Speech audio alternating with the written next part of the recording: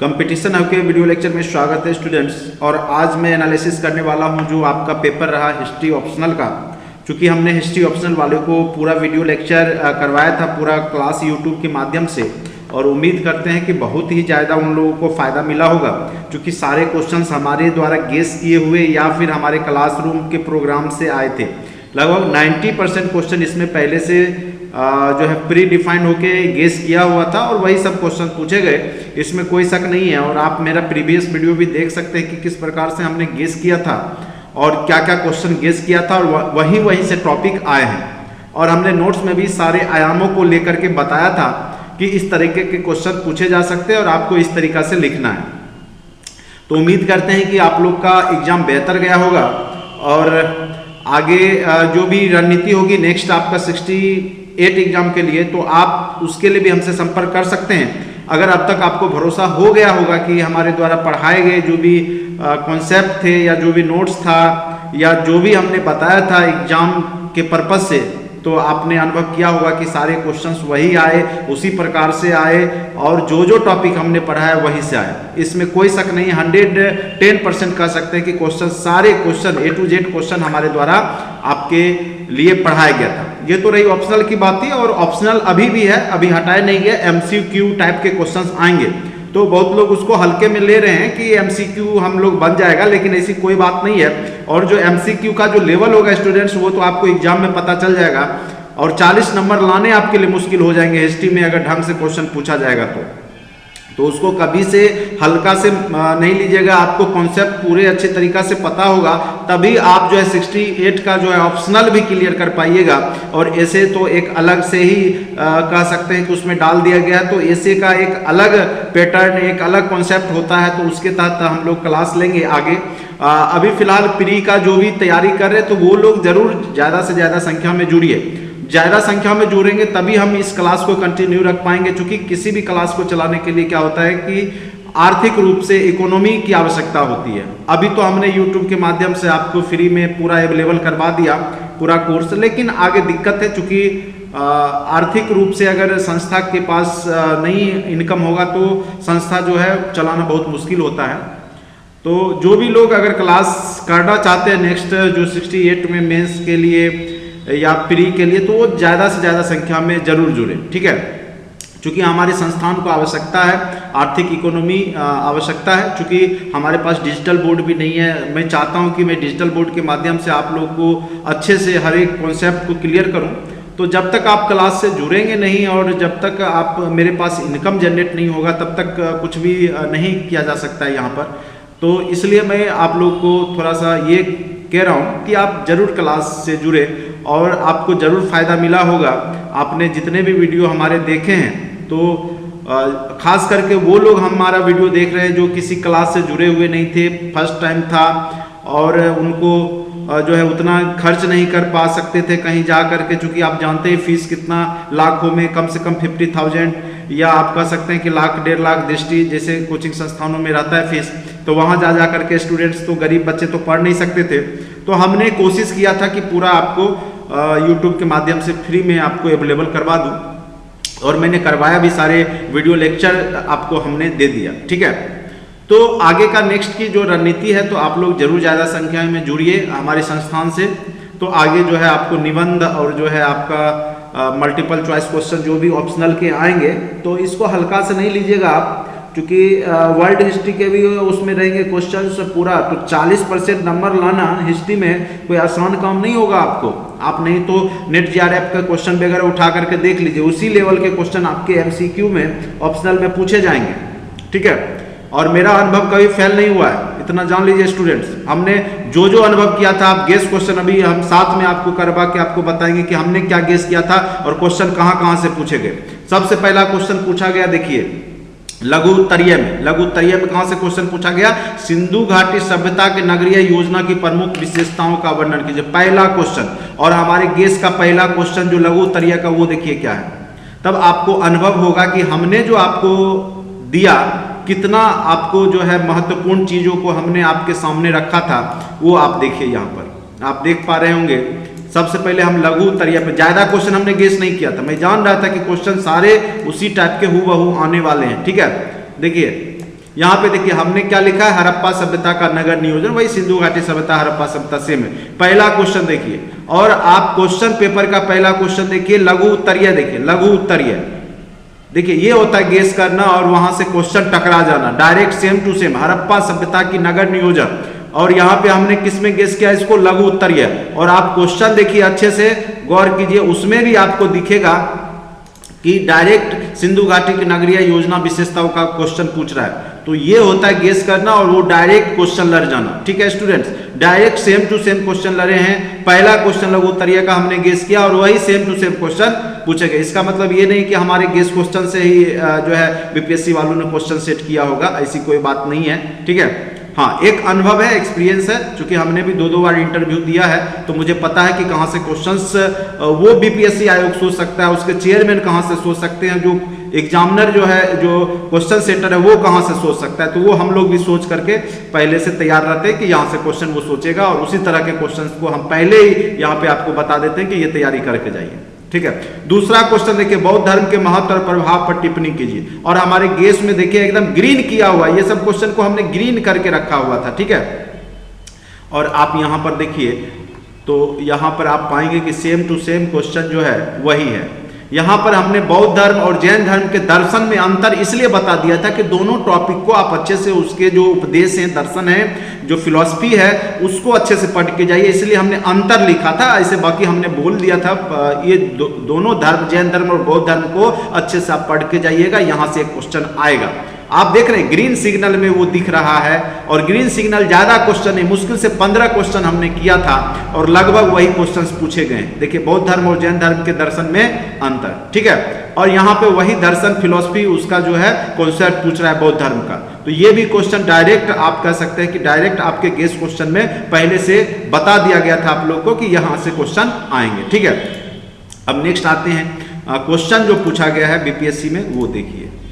अब देखिए तीसरा क्वेश्चन है, राजा हर्षवर्धन के काल में समाज और धर्म का विवरण दीजिए। और हमने बताया था कि हर्षवर्धन काल से निश्चित तौर पे एक क्वेश्चन आएगा, और आपको हम प्रमाण के तौर पे यहाँ पे दिखा देते हैं कि हमने देखिए यहाँ पे हर्षवर्धन की उपलब्धियां, और हर्षवर्धन की उपलब्धियां में ही उसका जो सामाजिक, आर्थिक, राजनीतिक जीवन हमारे नोट्स में करवाया गया था। तो हमने बोल दिया था कि हर्षवर्धन से एक क्वेश्चन आएगा आपको अच्छे से, आप हर एक आयाम में। हमने यहाँ पे बस जस्ट लाइक लिख दिया उपलब्धियां, तो उसमें सामाजिक, आर्थिक, राजनीतिक सारी उपलब्धियां हमने बताया था। तो यहाँ से डायरेक्ट क्वेश्चन आपको यहाँ से पूछा गया। देखिए हमने प्राचीन में कितना क्वेश्चन गेस किया था, 1 2 3 4 5 6, और इधर आपका लघु उत्तरीय में देखिए कितना क्वेश्चन किया था, मात्र हमने 3-4 क्वेश्चन गेस किए थे। तो आप देख पा रहे होंगे कि दोनों क्वेश्चन डायरेक्ट टू डायरेक्ट हमारे गेस क्वेश्चन से आए हैं। ज्यादा क्वेश्चन ऐसा नहीं है कि हमने पूरा ग्रंथ का गेस कर दिया था। ठीक है, देख रहे कितना एकदम और कॉन्साइज वे में। अगर कुछ क्वेश्चन नहीं भी आए हैं तो आपके लिए ऑप्शन है, जो ऑप्शन है वो आया है। ठीक है, तो आप पूरा मतलब पूरा इतिहास तो आप पढ़ के जा नहीं सकते हैं क्योंकि बहुत बड़ा सब्जेक्ट है। तो जो जो महत्वपूर्ण था देखिए यहाँ, राजा हर्षवर्धन के काल में समाज और धर्म का विवरण दीजिए। और हमारे नोट्स को अगर आप देखे होंगे हर्षवर्धन का, तो उसमें समाज और धर्म का विवरण अच्छे से दिया गया है। अब देखिए भारतीय समाज एवं संस्कृति में विषय अल-बरूनी के अवलोकन का विवेचना कीजिए। देखिए ये क्वेश्चन किसी ने गेस नहीं किया और किसी ने पढ़ाया भी नहीं होगा। आप हमारे प्रीवियस वीडियो लेक्चर में जाकर के देखिए, अल-बरूनी के बारे में हमने बहुत ही ढंग से आपको बताया है, और मैं आपको दिखा दूं कि अल-बरूनी के बारे में मैंने आलोचनात्मक अवलोकन करते हुए किस प्रकार से अवलोकन का विवेचना किया है, वो भी मैं आपको दिखा दूं, हमारे नोट्स में आपको दिख जाएगा। यहाँ आप देखिए अल-बरूनी के बारे में पूरे अच्छे से हमने डिस्क्राइब किया है। अल-बरूनी मध्य एशिया के ख्वारिज्म का निवासी था। उसका जन्म आधुनिक उज्बेकिस्तान में ख्वारिज्म के पास पूरे उसके बारे में उसने क्या क्या यहाँ पे किताबुल हिंद के माध्यम से क्या क्या लिखा है, किस हिंदू के पुस्तकों के अनुसार उसके बारे में पूरा अच्छे से डिस्क्राइब किया गया था। तो बस यही सेम टू सेम खान पान, वेशभूषा, मनोरंजन, राजनीतिक जीवन जो अल-बरूनी ने यहाँ का विवरण किया है, पूरे अच्छे से हमने यहाँ पे आपको डिस्क्राइब किया था। आप देख पा रहे होंगे सेम टू सेम क्वेश्चन आपको यही लिखना था। बहुत ही बेहतरीन, मतलब अगर आपने लिखा होगा तो बहुत ही अच्छे मार्क्स आपके आने वाले हैं, इसमें कोई शक नहीं है, बशर्ते कॉपी चेकर का थोड़ा सा माइंड सही होता। क्योंकि हिस्ट्री वाले जो वृद्ध लोग हैं वो लोग का थोड़ा सा लगता है कि यूनिवर्सिटी का कॉपी चेक करते करते उनका जो दिमाग जो है थोड़ा सा इधर उधर हुआ रहता है। ठीक है, तो वो नंबर देने की मानसिकता उनके अंदर नहीं होती है। बाकी आप इससे ज़्यादा कुछ लिख भी नहीं पाइएगा, इतना तो मैं गारंटी के साथ बोल सकता हूँ। अगर आपने इतना लिख दिया होगा तो बेहतरीन मार्क्स आपको आने वाले। हर एक चीज़ यहाँ पे जो क्वेश्चन का आयाम था वो हमने आपको नोट्स के माध्यम से पूरा किया था, ठीक है।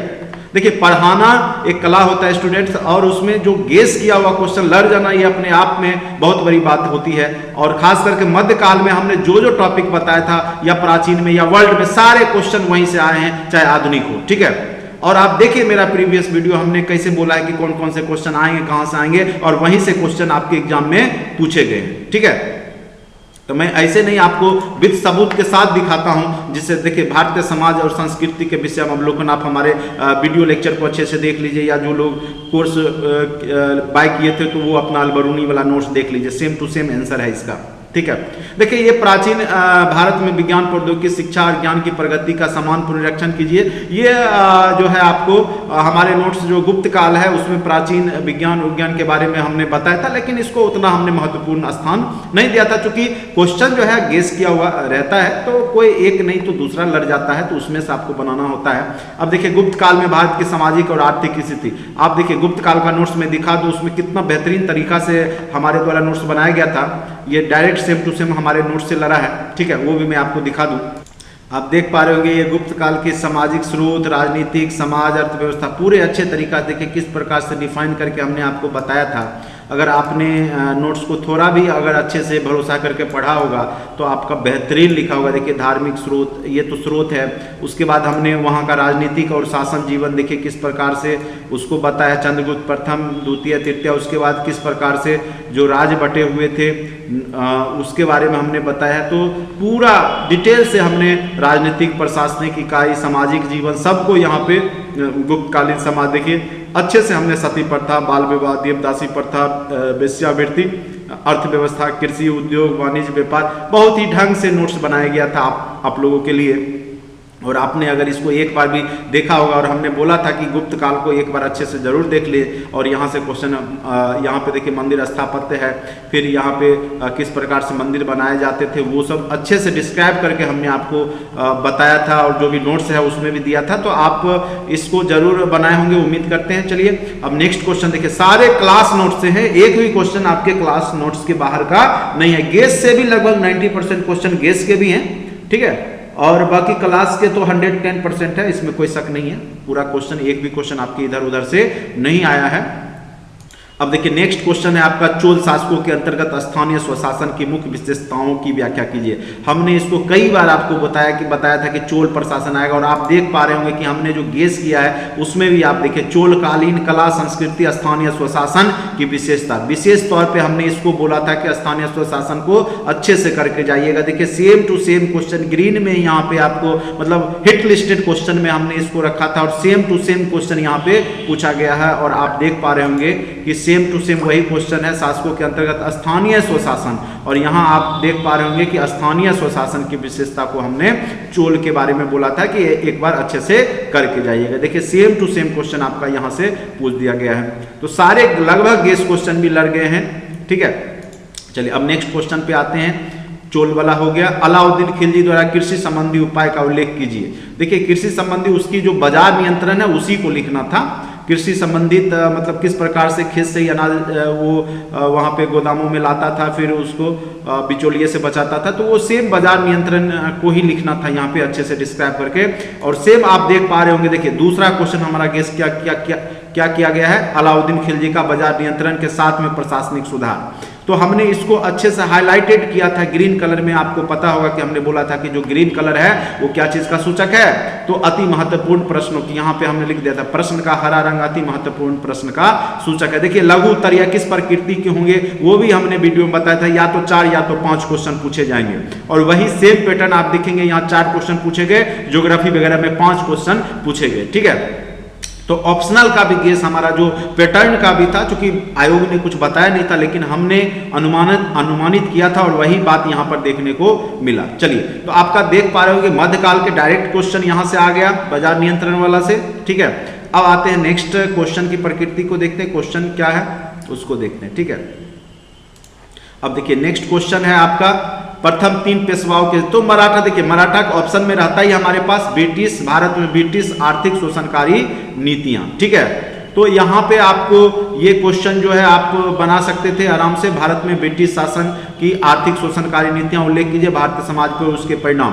और आपने देखिए हमारा जो गेस किया क्वेश्चन है, देखिए यहाँ पर आप देखिए अंग्रेजों की आर्थिक शोषणकारी नीतियां, वही ब्रिटिश भारत की शोषणकारी नीतियां, सेम टू सेम क्वेश्चन आपको यहाँ पे हमने गेस किया था और ग्रीन सिग्नल दिया था, और हमने किस तरीका से आपको डिस्क्राइब करके अच्छे से बताया था वो भी मैं आपको नोट्स के माध्यम से दिखा दूं, जो आने वाले भविष्य में जो स्टूडेंट्स है वो भरोसा कर सके। इसलिए मैं ये आपको बता रहा हूँ, दिखा रहा हूँ कि आप भरोसा करें और आप जरूर बेहतर करेंगे, इसमें कोई शक नहीं है। आप देख पा रहे होंगे यहाँ पे ब्रिटिश शोषणकारी क्या है नीतियां, आर्थिक नीतियां, किस प्रकार से हमने आपको अच्छे से डिस्क्राइब करके 3 चरणों में बांट करके उसको बताया था, ठीक है। तो इसी चीज को आपको वहां पे ढंग से लिखना था, प्रथम जो भी और किस प्रकार से उसने प्रभावित किया था, तो हर एक चीज को हमने यहाँ पर डिस्क्राइब किया है। तो अगर आपने इस नोट्स को लिया होगा या वीडियो के माध्यम से भी पढ़ा होगा तो आप जरूर बेहतर यहाँ पर लिख करके आए होंगे, इसमें कोई शक नहीं है, ठीक है। तो same to same question guess किया हुआ भी क्वेश्चन है, नोट्स के माध्यम से भी हमने सभी को दिया था, वीडियो लेक्चर के माध्यम से जो फ्री में अवेलेबल था यूट्यूब पे, तो वहां भी आप लोगों ने ये चीज जरूर देखा होगा, पढ़ा होगा, या प्रीवियस वीडियो में जा करके देख सकते हैं। अभी भी हमने वीडियो को हटाया नहीं है, वो सारे वीडियो उसी प्रकार से हैं जिस प्रकार से हमने, और आप देखिए हमने किस प्रकार से उसमें बोला है कि यह अति महत्वपूर्ण प्रश्न है और यहां से क्वेश्चन आए थे, ठीक है। देखिए ये बताने का, ये आपका एनालिसिस करने का मेरा उद्देश्य स्टूडेंट्स ये है कि आप भरोसा करें, ठीक है, आप भरोसा करें और आप सिर्फ आप तैयारी करें, बाकी जो रिसर्च का काम है हम पे छोड़ दें, किस प्रकार से क्वेश्चन आएंगे निबंध में या आने वाले पीटी में किस प्रकार से जो है क्वेश्चन आ सकते हैं, क्योंकि आप लोग पीटी निकाल के ही मेरा वीडियो देख रहे हैं। तो इतना मैं आपको आगाह कर दूं, अगर 67 आपका प्री हो गया तो कोई जरूरी नहीं है कि आपका 68 भी प्री हो जाएगा, इसीलिए सबसे पहले प्री पे फोकस करें, ठीक है। मैं सभी जो भी स्टूडेंट्स हैं जो भी मेरा वीडियो देख रहे हैं उनको आगाह कर दूं कि देखिए हर एक बार जो है वो ऐसा काम नहीं होगा, ठीक है। बेहतर तैयारी कीजिए तब जाके आपका 68 होगा, नहीं तो आप प्री में ही फेल कर जाएंगे, प्री ही नहीं होगा आपसे, इतना जान लीजिए। क्योंकि इस बार बहुत अच्छे स्टूडेंट्स जो थे उनका नहीं हो पाया, तो आप जान ही रहे किस कारण से नहीं हो पाया, ठीक है। तो हर एक बार जो है पैटर्न या कुछ भी सेम नहीं हो सकता है, क्योंकि 67 2 बार हुआ था, तो स्टूडेंट्स के बीच में पैटर्न और क्वेश्चन का जो लेवल था वो सेम था, इसलिए लोगों ने अच्छा स्कोर किया। और दूसरा रीजन था कि एक और महत्वपूर्ण रीजन था कि ग्रामीण क्षेत्रों में भी सेंटर दिया गया, जहां पे बच्चों ने आपस में घुल मिल करके बनाया, जिस कारण से बहुत बच्चे पास किए, वो उनको मेंस लिखने का मौका मिल गया। तो हर एक बार यह मौका मिलने वाला नहीं है, इतना जान लीजिए। तो आप बेहतर तैयारी कीजिए और रणनीति के तहत काम कीजिए, ठीक है। चलिए अब देखिए यहाँ पर 16वीं शताब्दी में यूरोप में राष्ट्रीय राज्यों के उत्थान के लिए उत्तरदायी कारणों का मूल्यांकन कीजिए।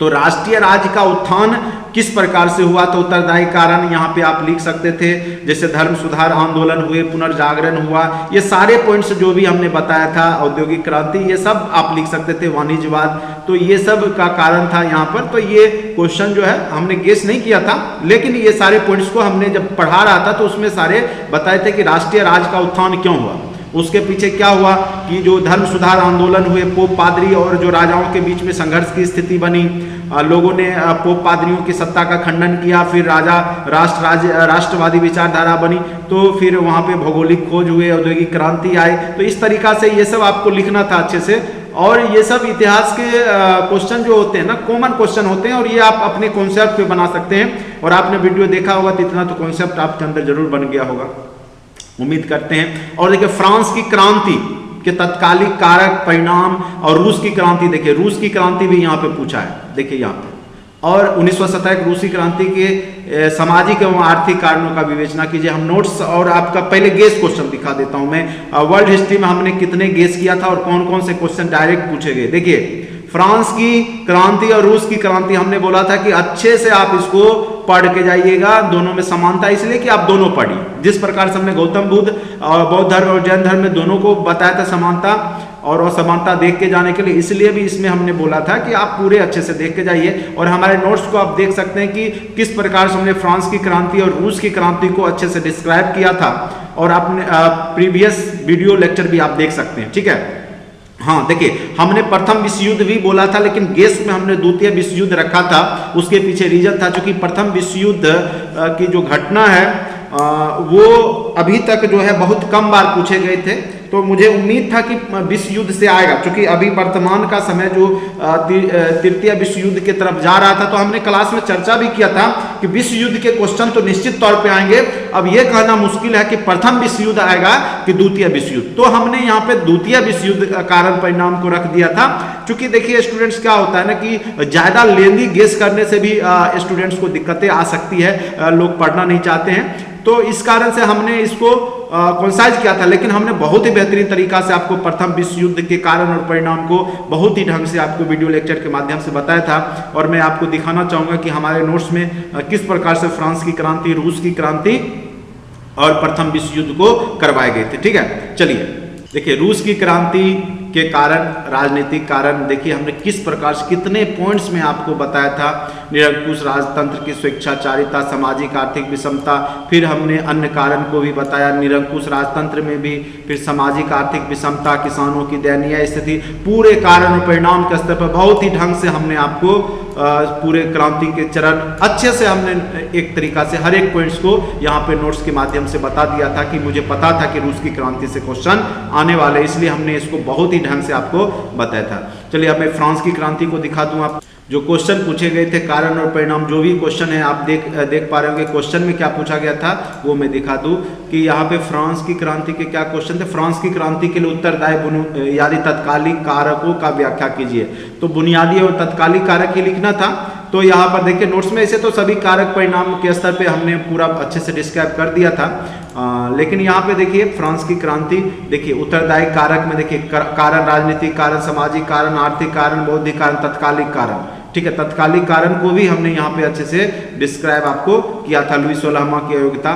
तो आपने, मुझे उम्मीद है कि आपने बहुत ही अच्छे तरीके से निरंकुश राजतंत्र कारण में पूरे अच्छे से हमने डिस्क्राइब किया था। आप देख पा रहे होंगे सामाजिक कारण, फिर आर्थिक कारण।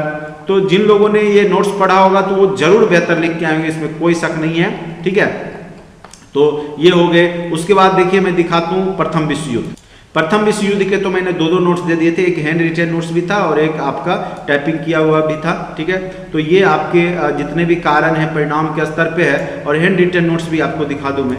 देखिए जो आपका ये है नोट्स, ये हैंड रिटेन नोट्स था प्रथम विश्व युद्ध का। बहुत ही अच्छे ढंग से हमने कारण, साम्राज्यवादी प्रतिस्पर्धा, उसके बाद कूटनीतिक संधियां, मोरक्को संकट, सैन्यवाद, उग्र राष्ट्रवाद, विकृत राष्ट्रवाद, अंतर्राष्ट्रीय संस्था का अभाव, समाचार पत्रों की भूमिका। आप देख पा रहे होंगे कि कितने कारक को उसके बाद इमेज बना करके भी हमने आपको दिखाया है कि किस प्रकार से ये आपस में लड़ जाते हैं, फिर क्या परिणाम हुए, सामाजिक परिणाम क्या हुए, आर्थिक परिणाम क्या हुए, फिर आगे चल के पेरिस शांति सम्मेलन हुआ। मतलब हर एक पॉइंट्स को हमने यहाँ पे प्रथम विश्व युद्ध को आपको डिस्क्राइब करके बहुत ही बेहतरीन तरीका से हमने आपको नोट्स दिया था। अगर आपने इसको इस ढंग में लिखा होगा तो आपके बेहतरीन मार्क्स आने वाले हैं, इसमें कोई शक नहीं है। चलिए नेक्स्ट देखते हैं। देखिए इसमें भारत के स्वतंत्रता संग्राम में सुभाष चंद्र बोस और उनकी आज़ाद हिंद फौज, ठीक है। तो देखिए आज़ाद हिंद फौज, इसको आप ऑब्लिक में और वाला बना सकते थे, जैसे महात्मा गांधी के नेता के रूप में अभ्युदय का व्याख्या कीजिए। और ये तो सभी इतिहास के जो स्टूडेंट्स होंगे इसमें तो कोई दिक्कत नहीं हुआ होगा इनको, क्योंकि गांधी जी के बारे में तो अच्छे से पढ़ के आप GS 1 में भी जाते हैं, GS 2 में भी। इसमें क्या करना था, बस राष्ट्रीय आंदोलन के नेता के रूप में गांधी जी के अभ्युदय का व्याख्या करना था, शुरुआत आपको करना था। यहाँ पे जब 1915 में आते हैं, 1914 में, फिर 1915 में आते हैं, उसके बाद घूमते हैं तो वहाँ से शुरू करना है चंपारण सत्याग्रह सभी। और उसके बाद किस प्रकार से वो चंपारण सत्याग्रह करते हैं, फिर असहयोग आंदोलन करते हैं, स्वाभिनय अवज्ञा आंदोलन करते हैं। और हमने गांधी जो दर्शन में हमने विचारधारा में ये सब चीज़ की चर्चा भी किया था, ठीक है। तो ये क्वेश्चन तो बहुत आसान क्वेश्चन है। तो किस प्रकार से जनसाधारण को जोड़ा, असहयोग, सत्याग्रह, तो ये सब सत्य अहिंसा के बल पे, तो चूंकि यह इसमें सभी प्रकार के लोग जुट सकते थे, जैसे हड़ताल करना है, धरना देना है, तो ये सब के बारे में आपको अच्छे से किस प्रकार उन्होंने जनसाधारण को इस आंदोलन में जोड़ा। तो आपको पता ही होगा किस प्रकार से आपने देखा कि चंपारण सत्याग्रह में उन्होंने जोड़ा, फिर किस प्रकार से सविनय अवज्ञा आंदोलन में जोड़ा, असहयोग आंदोलन में जोड़ा। तो ये सब चर्चा करके आपको लिखना था। उसके बाद ये तो हमने बता ही दिया था। तो यानी एक भी क्वेश्चन और में है, तो कोई भी क्वेश्चन जो भी प्रथम विश्व युद्ध के कारण हो चाहिए तो और में है, इधर भी और वाला लिख ही लिए होंगे। अगर मान के चलते हैं सुभाष चंद्र बोस का आज़ाद हिंद फौज क्या उतना याद नहीं होगा, ये तो आप आसानी से लिख सकते थे, ठीक है। उसके बाद फ्रांस की क्रांति, इधर तो जो 12.5 नंबर के क्वेश्चन पूछे गए हैं तो ये तो आप अच्छे से लिख ही पाए होंगे। तो इसमें कोई तरह का दिक्कत नहीं हुआ होगा। उम्मीद करते हैं बेहतर एग्जाम आपका गया होगा और ज़रूर फ़ायदा मिला होगा हमारे यूट्यूब के जो भी वीडियो देखे होंगे। और जो भी लोग अगर आप चाहते हैं कि 68 का प्रिपरेशन करें तो आप ज़रूर से ज़रूर जुड़े और हमारे संस्था को आप ज़रूर आगे बढ़ाएं, ठीक है, जिससे कि मैं आपको आने वाले समय में फिर 68 में आपको बेहतरीन तरीका से जो भी है डिजिटल बोर्ड के माध्यम से जो भी है, देखिए कोई भी चीज़ के लिए क्या होता है कि इकोनॉमी का ज़माना है और जब तक आप पूरा साइंस टेक का यूज़ नहीं करेंगे तब तक आप पीछे रह जाएंगे। तो मैं चाहूँगा कि आप लोग जुड़े ज़रूर हमारे संस्थान से और बेहतर मेरा प्रयास होगा कि बेहतर आपको जो है मार्गदर्शन दूं। इसी प्रकार से निबंध में भी मैं आपको बताऊं, फिर मल्टीपल चॉइस क्वेश्चन किस प्रकार के पूछे जा सकते हैं उसमें भी बताऊं। तो आप जरूर क्लास को ज्वाइन करें, ठीक है। डिस्क्रिप्शन बॉक्स में लिंक दिया गया है। कंप्लीट कोर्स का मात्र चार्ज 1500 है स्टूडेंट्स। 1500 में हम आपको pre mains interview daily test series आपको दे रहे हैं, ऑनलाइन टेस्ट जिसमें 40 क्वेश्चन होते हैं, आधे घंटे का रहता है। आप डेली बनाइए विद सॉल्यूशन। उसके बाद आप आगे चल करके फिर आप मेंस की प्रिपरेशन करेंगे। फिर अगर आपका होता है फिर मैं इंटरव्यू भी करवाऊंगा। तो अभी आपको वन टर्म इन्वेस्टमेंट है मात्र 1500, जो कि आप जानते होंगे कि बीपीएससी करने के लिए आपको कहीं जाते हैं तो कम से कम 5000, 6000, 10000 का रूम रेंट लगता है, फिर फीस देते हैं और आप घर बैठे रजाई के अंदर आप पढ़ सकते हैं, इसमें कोई शक नहीं है, ठीक है। और ज़्यादा दिमाग लगाने की आवश्यकता नहीं है, इसलिए मैंने क्वेश्चन को दिखा दिया। अपने पढ़ाने का जो मैंने पैटर्न जो पढ़ाया था वही क्वेश्चन है वो भी बता दिया कि आप भरोसा कर सके हम पे, ठीक है। और बाकी कुछ नहीं है, बाकी जो है आप समझ ही रहे सब बात को। चलिए, अगर अच्छा लगता है लाइक करें, सब्सक्राइब करें और दोस्तों के बीच में चर्चा जरूर करें, शेयर जरूर करें हमारे चैनल के बारे में। चूंकि अभी मेरा इनिशिएटिव है, स्टार्टिंग चैनल है, अगर आप लोग सपोर्ट नहीं करेंगे तो चैनल जो है आगे नहीं बढ़ पाएगा, ठीक है।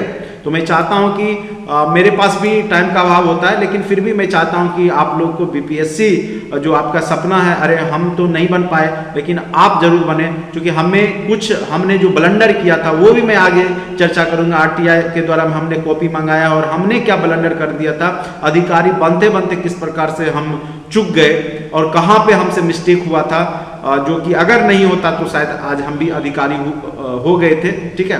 तो चलिए, उसकी भी चर्चा मैं नेक्स्ट वीडियो में करूंगा, तो वो ब्लंडर आप गलती से ना कर पाए, ठीक है। तो नेक्स्ट वीडियो में उसकी चर्चा मैं जरूर करूंगा। आज के वीडियो लेक्चर में इतना ही।